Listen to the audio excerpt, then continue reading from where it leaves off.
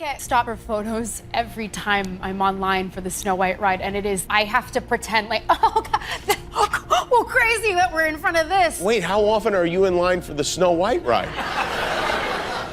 I'm a narcissist. Anybody have a question? Anybody in the class? This Rachel Zegler's facial expression in Snow White is just pure bizarre.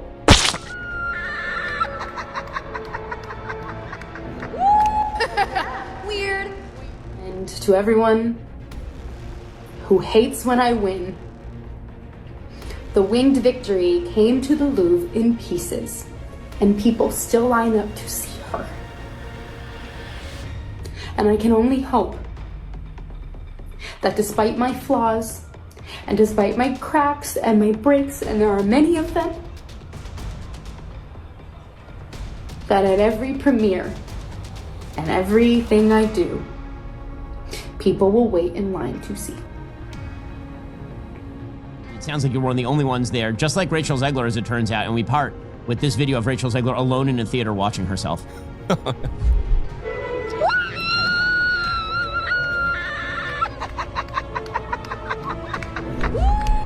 One of the most unlikable humans. That ever. is sadder than when the original Snow White eats the apple. Would really narrow this down to two that are so wildly different. I do fear smelling bad. Everyone in this room knows that I am like, I'm so sorry, all I need a break, I gotta put on my deodorant. Like, I am that girl. But I do fear being alone.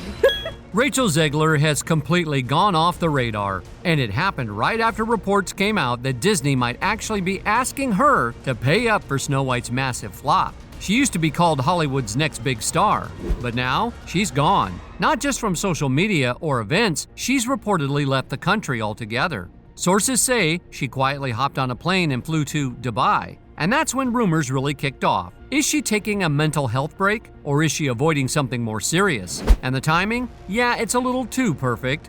Right before she disappeared, she was already facing a wave of backlash online, drama with the studio, and even legal troubles. So where is she, and what will happen next? Let's find out.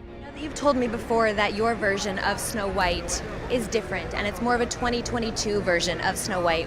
What did you mean by that? I mean, you know, the original cartoon came out in 1937, and very evidently so. There's a big focus on her love story with a guy who literally stalks her. Yeah. Weird. Super weird. So we didn't do that this time. The cartoon was made 85 years ago, and therefore it's extremely dated when it comes to the ideas of women being in roles of power and what a woman is fit for in the world. And so when we came to reimagining the actual role of Snow White, it became about the fairest of them all, meaning who is the most just and who can become a fantastic leader. And the reality is, you know, Snow White has to learn a lot of lessons about coming into her own power before she can come into power over a king. Congratulations on all the success too, Rachel. Sir. Oh, I'm so sorry.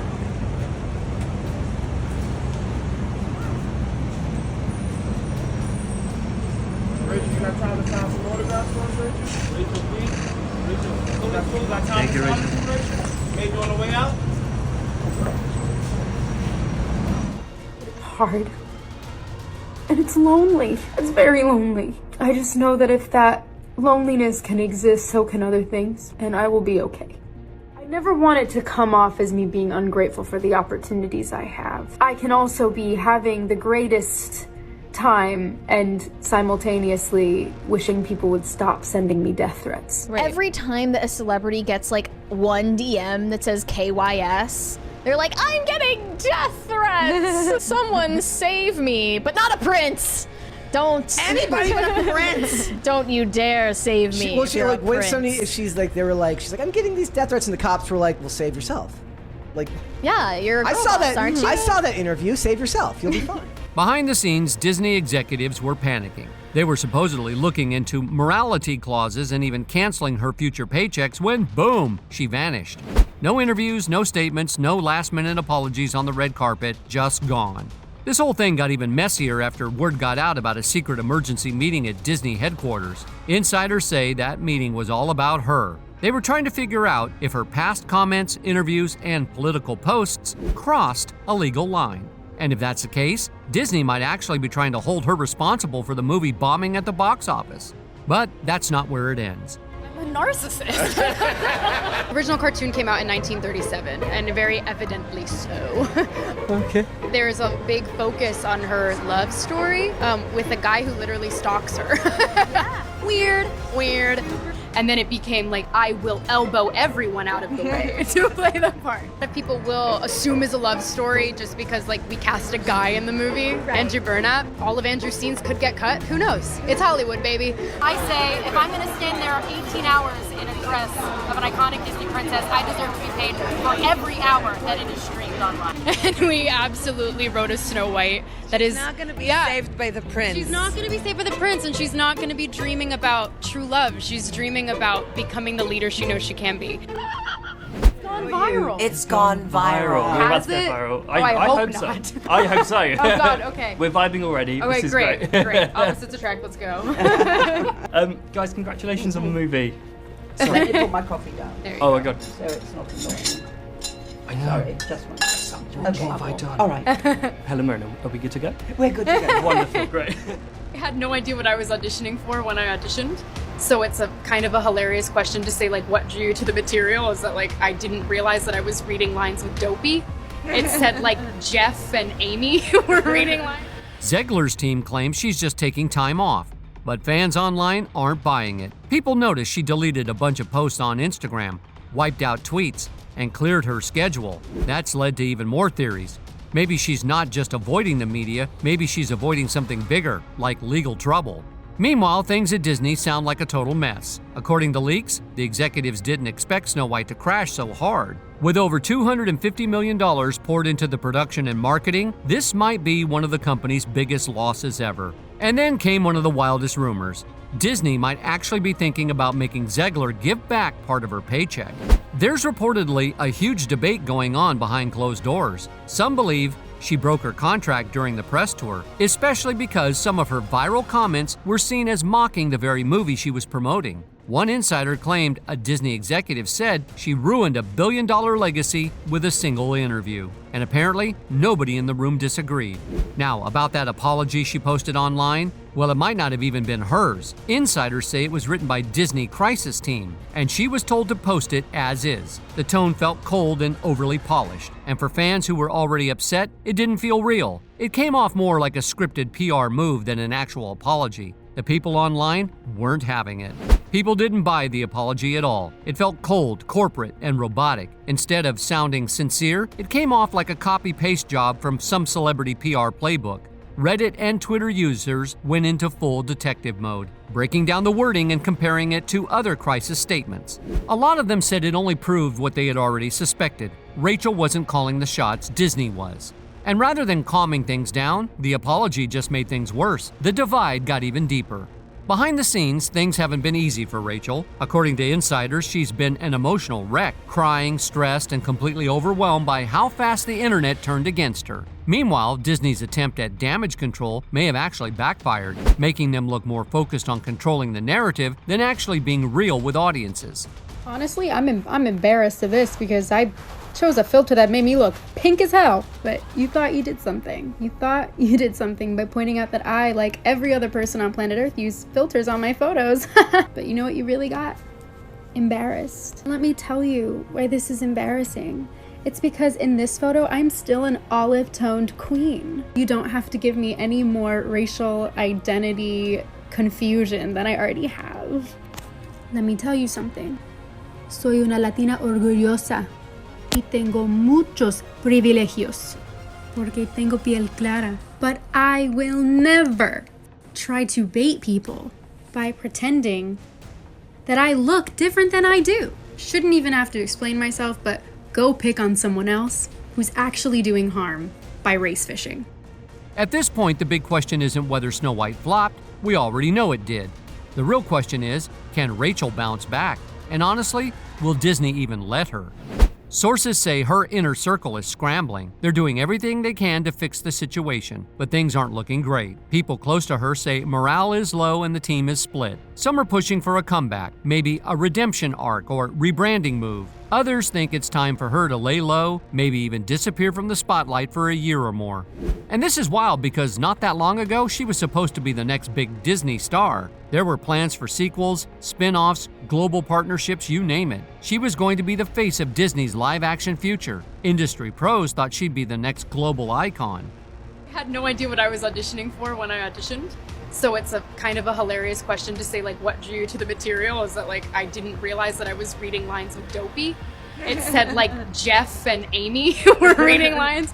And then our director, Mark Webb, on Zoom was like, you know, and then Dopey's gonna look at you and whistle. And I took a pause and realized what I was auditioning for. And then it became like, I will elbow everyone out of the way to play the part.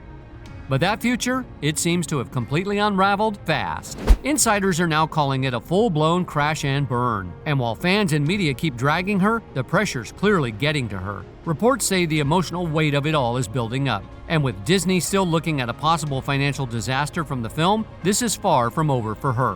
What's crazy is that Snow White was meant to be a guaranteed hit. Huge budget, nostalgic fan base, a fresh twist.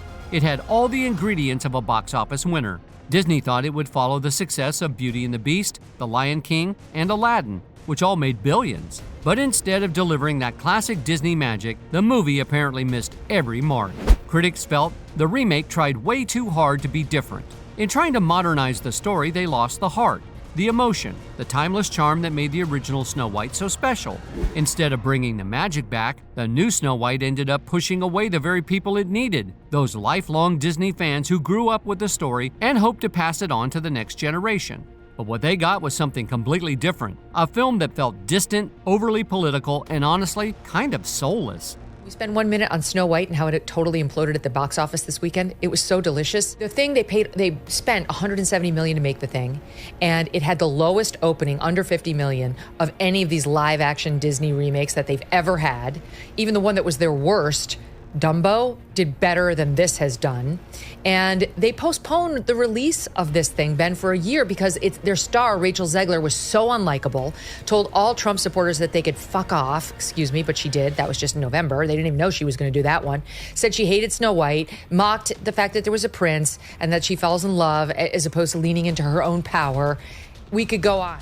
And now, Rachel Zegler's not just dealing with a bad movie weekend, she's right in the middle of what many are calling one of Disney's biggest PR nightmares in years. People didn't just lose interest, they felt betrayed. The film changed character arcs, cut out emotional moments, and according to lifelong fans, stripped away the heart that made the original so special. Viral. It's gone viral. We're about Has to go it? viral. Oh, I hope so. not. I hope so. Oh God, okay. We're vibing already. Okay, this is great. great. Opposites attract, let's go. Guys, congratulations on the movie. Let me put my coffee down. Oh my God. So it's not annoying. I know. Sorry, just one second. What have I done? All right. Helen Mirren, are we good to go? We're good to go. Wonderful. But what really pushed things over the edge wasn't just the movie, it was Rachel's attitude during the press tour. She made comments that rubbed fans the wrong way. She said Prince Charming came off like a stalker. She also described the original 1937 film as weird.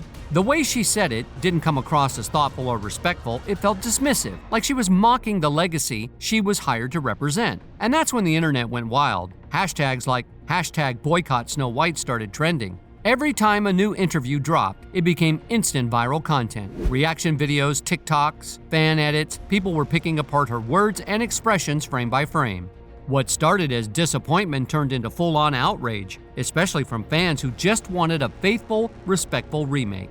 And just when things were starting to cool down, another wave hit. Old political tweets from Rachel resurfaced. One in particular targeted Trump supporters in a pretty harsh way, and that was like adding fuel to an already raging fire. The audience, already divided, split even further. For Disney, a brand that depends on wide family-friendly appeal, this was the worst-case scenario territory. The movie stopped being just a movie, it became a culture war flashpoint, and Rachel was right at the center of it. So what did Disney do? They tried to quietly dial things back. Less press, fewer appearances, tighter controls on red carpet access. Some interviews were even cut short, but by then the damage was done. The film's opening weekend barely made a sound. Even Disney's lowest projections were off. They had hoped that international markets might save the day, but overseas audiences weren't loving it either. Number one, stop cannibalizing all your old IP. Like, it's really bad. It's really bad business. Number two, please stop changing all of the historic plots, which actually have meaning to generations of people, to instead become generic woke story about how woman leads revolutionary uprising and she don't need no man. Because guess what? Nobody grew up with that crap, and nobody's all that interested in it. You're a very successful woman. My wife is a doctor. I have no problem with this, with women in the workplace, but this idea that women don't need men is ridiculous on its face. It's terrible for society. It's very good for people to learn that women need men, and also that men need women. I don't know why this fell out of fashion, and we're not allowed to just say that sort of stuff anymore, but it actually happens to be the truth. And then beyond that, all these studios have to stop letting their actors loose. I mean, honestly. By the end of its first week, the verdict was in. Snow White had officially flopped. Big time. Financially, it was a major loss. Critically, it was a mess. Compared to Disney's other live-action hits, this movie didn't just flop, it crashed hard. The story is Snow White. Snow White bombs, breaks records for the lowest live-action remake opening ever. Let me say that again, ever. Okay, this is Snow White. And for those of you that have daughters or ladies that are listening to this, remember the first time you watched Snow White, the story, the love story, what happens to it. Snow White starring Rachel Zegler opened to a dismal $43 million, snagging the title of the lowest debut weekend for any Disney live-action remake, beating 2019's Dumbo at $46 million. They beat Dumbo. Shame on you, but it's for the worst. While past remakes like The Lion King and Aladdin brought in billions, Snow White became what headlines called a $250 million cautionary tale. Behind the scenes, everyone started pointing fingers. If I was up there saying some stupid what an investment, like $300 million. It's Snow, they should have just called it Snow, by the way, slightly tanned. That was the budget before promotion was $270. Okay. The promotion budget I just read was $230. So $500 million. Correct. $500 million? Approximately $500 million in total.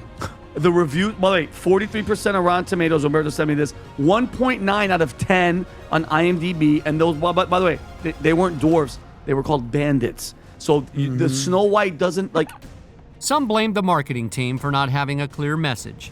Others said the script was the real issue, that it strayed too far from the original and lost the heart of the story. Even Disney executives were reportedly asking why the whole rewrite was approved without testing it with audiences first. But no matter who people blamed, one name kept coming up again and again: Rachel Zegler. Was it fair? Maybe not completely, but in Hollywood, image is everything. Rachel was front and center during the movie's promotion. She was in interviews, on red carpets, and all over social media. Her controversial takes and viral moments made her an easy target, and the internet ran with it. The original cartoon came out in 1937, and very evidently so. There's a big focus on her love story with a guy who literally stalks her. Yeah. Weird. We have a different approach to what I'm sure a lot of people will assume is a love story just because, like, we cast a guy in the movie. Right. Andrew Burnap, great dude. All of Andrew's scenes could get cut. Who knows? It's Hollywood, baby. Now, there's talk that Disney is quietly stepping back from her. Some think it's a strategy to protect upcoming projects. Others believe it's Disney's way of saying, yeah, this might have gone too far. Behind closed doors, producers are reportedly rethinking everything. Roles that were once meant for Rachel are being put on hold or reassigned. A name that once brought buzz is now seen as risky. And Rachel, she's gone completely silent. No events, no interviews, no updates online. It's like she just disappeared. And that silence is making people talk even more. Some insiders say she's been told to keep quiet for legal reasons. Others think she's just exhausted and taking time off to be with her loved ones. Whatever the reason, the silence is only adding more mystery to the situation. Meanwhile, fans are split. Some think the backlash has gone way too far. They believe Rachel's being blamed for a film that already had problems long before she showed up. From bad decisions to messy production, they say the issues started at the top. But others argue she played a big part in the film's downfall, that her tone, attitude, and public comments only made things worse, and possibly pushed the movie over the edge. No matter where people stand, one thing's clear: the silence is loud. And with each day that goes by, no apology, no plan, no sign of a comeback, the questions just keep piling up. Where is Rachel Zegler? What is she going to do next? Is she taking a breather, or is this the final chapter? I never want it to come off as me being ungrateful for the opportunities I have. I can also be having the greatest time and simultaneously wishing people would stop sending me death threats. Every time that a celebrity gets like one DM that says KYS, they're like, I'm getting death threats. Someone save me, but not a prince. Don't Anybody but a prince. Don't you dare save me. Well, if she you're like a when prince. somebody, she's like, I'm getting these death threats, and the cops were like, well, save yourself. Like, Yeah, you're a I girl saw boss, that. aren't you? I saw that interview.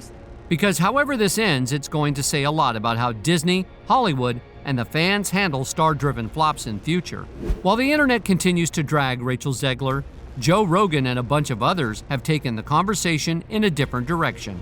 On his podcast, Rogan joked that maybe Doge should investigate how the creators of Snow White managed to burn through a $250 million budget and still put out something that looked that bad. He felt the blame shouldn't be sitting entirely on Zegler's shoulders. They're leaning into woke. Hardcore. They're petrified of some kind of backlash. Nobody Who wants a movie about true love? What kind of woman do we want out there seeking true love, Eliana? It's the outrage. I wanted my money back. It was very disappointing. They are pretending like Rachel Zegler is the first of them all when she looks like Lord Farquaad in the film. Every way that Disney changed the story, it changed it for the worse. At just 23, Rachel has taken the bulk of the criticism. The movie flopped hard, making only $69 million in the US, and has since been labeled one of the most disliked Disney films ever. And beyond the movie itself, she's also been called out for her political opinions, including a Free Palestine tweet that caught serious heat, even from people connected to the movie. Rogan brought up all of this while chatting with comedian Kurt Metzger. Metzger didn't hold back either. He admitted he wasn't exactly a fan of Zegler, but pointed out that it's unfair to blame her for a movie that went through countless people before it even hit theaters. He mentioned how the media spin made it seem like everything was her fault. He emphasized that she's still very young and reminded everyone that she didn't even write the script. Then the two started talking about another big issue, one fans have been roasting for months: the CGI dwarfs. After Peter Dinklage criticized the traditional portrayal of the dwarfs, the movie swapped them out with awkward-looking CGI characters. Remaking the movie, they just got rid of the dwarfs. Okay, but what do they call them? Why would they get rid of the dwarfs though? Magical creatures. But they have one token dwarf amongst these magical creatures. You actually just went backwards. You actually just erased the dwarfism side of it. The disability, like we're a disability group, you just erase that whole image. The argument should have been from Peter Dinklage, there's power of being on TV, there's power of television, and to put 7 people with dwarfism on camera in a major Disney movie, there's still power there. If the story is offensive, change the story, don't change the character. Really no offense to anything. They're very proud to cast a Latino actress as Snow White. It makes no sense to me. You're progressive in one way, but you're still making that backward story of 7 dwarves living in a cave. What the are you doing, man? Metzger made it clear that this decision probably wasn't Zegler's either, joking that Peter Dinklage was more likely behind that call. They even played clips from the film to see it for themselves. And let's just say they weren't impressed. Rogan said the visuals didn't look real at all and questioned how that level of quality came with such a massive price tag. That led him to a sarcastic suggestion. Maybe Doge should take a look at how $250 million was spent on something that looked so fake. And then people are mad at the big head girl that, what's her fucking name? That she looks like a mothership alien. The Snow White they got, the Puerto Rican Snow White. Jesus Christ. I'm forgetting her name. Jesus Christ. I did not know where you were going there. You know, yes. Okay. The young lady. So when it first What's her name? Rachel? Yeah, so now if you notice the spin on it, they're putting it all on. Still, Rogan wasn't completely letting Zegler off the hook. He said that, in a movie meant for kids, it's probably not a great idea to let your lead actress go political in public. He felt someone on the team should have at least had a conversation with her about separating personal opinions from promotional work. Metzger jumped in again, saying that Zegler's outspoken attitude actually matched the version of Snow White the film was pushing. He explained that the script basically told young girls that being loud and opinionated equals strength, and Zegler was just reflecting that. But then came the tweet. Metzger said that as long as Zegler was bashing men or talking about independence, no one said much. But the second she posted Free Palestine, the studio and the internet pinned the entire failure of the movie on her. If it ain't broken, don't fix it. Leave it the fuck alone. Yeah, that's it. If it ain't broke, break it. Like, leave these stories alone. If she, by the way, if she never opened her mouth and she didn't do all this nonsense, people would have gone and watched the movie They would have made their money, but then people would have been disappointed after the match. Things took a surprising turn when Rachel Zegler's West Side Story co-star, Ariana DeBose, seemed to throw a little shade on Instagram. Ariana posted a quote that read, "Narcissism is not something to be coddled or encouraged," and paired it with Beyoncé's song Cozy. She also turned off the comments, which made people wonder if it was aimed at Rachel. Why? Because that quote came directly from Jonah Platt, the son of Snow White producer Mark Platt, who had recently slammed Zegler in a now-deleted online rant. Fans picked up on the connection fast and the post went viral. After the buzz started growing, Ariana responded. She said she didn't mean to target anyone and explained that she just liked the quote. She admitted she hadn't done any digging into where it came from and only found out about the connection later. Meanwhile, Jonah Platt's original statement wasn't subtle. He called Zegler immature and narcissistic in response to a fan who was questioning Mark Platt's decision to fly to New York to talk to Rachel about her social media posts supporting Palestine. The fan had commented something like, "Your dad flew to New York City to scold a young actress over her opinion? Isn't that a little creepy? People have the right to free speech, no?" Jonah fired back hard. He said that Mark, his father, and the producer of a major Disney film with hundreds of millions at stake, had to fly across the country to confront his 20-year-old employee who brought personal politics into the middle of the movie's press tour. He argued that when someone signs a multi-million-dollar contract to promote a film, they can't just say whatever they want without consequences. Jonah went on to suggest that Rachel's political comments had derailed the entire marketing campaign. He said tens of thousands of people worked on Snow White, and that her actions risked the careers and paychecks of everyone involved, from the crew to the blue-collar workers who relied on the film's success. Rachel Zegler, I felt like her acting was okay, her singing was okay, but it was not what was needed for this film. And bring that dream to you, just like an echo, echo, echo. Sounds beautiful, but is that what Snow White is supposed to sound like? All because I was afraid. I'm so ashamed of the fuss I've made. Very soft, very feminine. Rachel Zegler is doing this echo, echo, loud, loud, belty. That's what you get when you turn this very cutesy character into a feminist girl boss. There's this loudness that every single female character gets. I have this dream of being bigger and being a leader, and something's holding me down, so I must sing with all my girl bossery to let the world know how powerful I actually am. What they're forgetting is that the 1937 version of Snow White was extremely powerful, whilst also remaining extremely feminine. We've seen it done well before, so why could we not do it here? But that wasn't the only behind-the-scenes drama making headlines. There were also rumors of tension between Rachel and co-star Gal Gadot, supposedly due to their opposing views on the Israeli-Palestinian conflict, especially since Gadot is from Israel and Zegler had been vocal online about supporting Palestine. I never want it to come off as me being ungrateful for the opportunities I have. I can also be having the greatest time and simultaneously wishing people would stop sending me death threats. Right. Every time that a celebrity gets like one DM that says KYS, they're like, I'm getting death threats. Someone save me, but not a prince. Don't anybody but a prince. Don't you dare save me. Well, she like when somebody, she's like, I'm getting these death threats, and the cops were like, well, save yourself. Like, yeah, you're a girl boss, aren't you? I saw that interview. Still, even with all that talk, the two actresses remained professional in public. During interviews and press events, they appeared pleasant and cooperative, keeping things smooth on the surface. When the Snow White reboot finally hit theaters in late March, Rachel Zegler didn't seem too worried about the backlash. Instead of addressing the noise online, she jumped on Instagram to celebrate the experience. Clip and tell folks, if you watch this, tell me if this is attractive to you. Tell me if this is attractive to you. Like, does this, imagine you invested into her being the face of the movie and she's the main character and she's trying to promote the movie. Would this make you want to go watch the movie when she's starring in it and she's the main character? Go ahead, Rob, play the clip. And to everyone who hates when I win, the winged victory came to the Louvre in pieces, and people still line up to see her. And I can only hope that despite my flaws, and despite my cracks and my breaks, and there are many of them, she's a good actress, that at every premiere and everything I do, people will wait in line to see. She shared some behind-the-scenes photos and a clip from the set, calling the movie a life-changing chapter in her career. According to her, the film had been a big part of her life for 4 years, from the time she was cast at 20 to now at 23. In her post, she reflected on how much she'd grown during that time. She said she became a real adult while filming, learning tough lessons, going through emotional highs and lows, turning 21, living far from her family, making new friendships, and falling in love with the people she worked with across 3 summers in London. She ended the message on a positive note, writing something that sounded straight out of a Disney movie. Remember, you're the one who can fill the world with sunshine.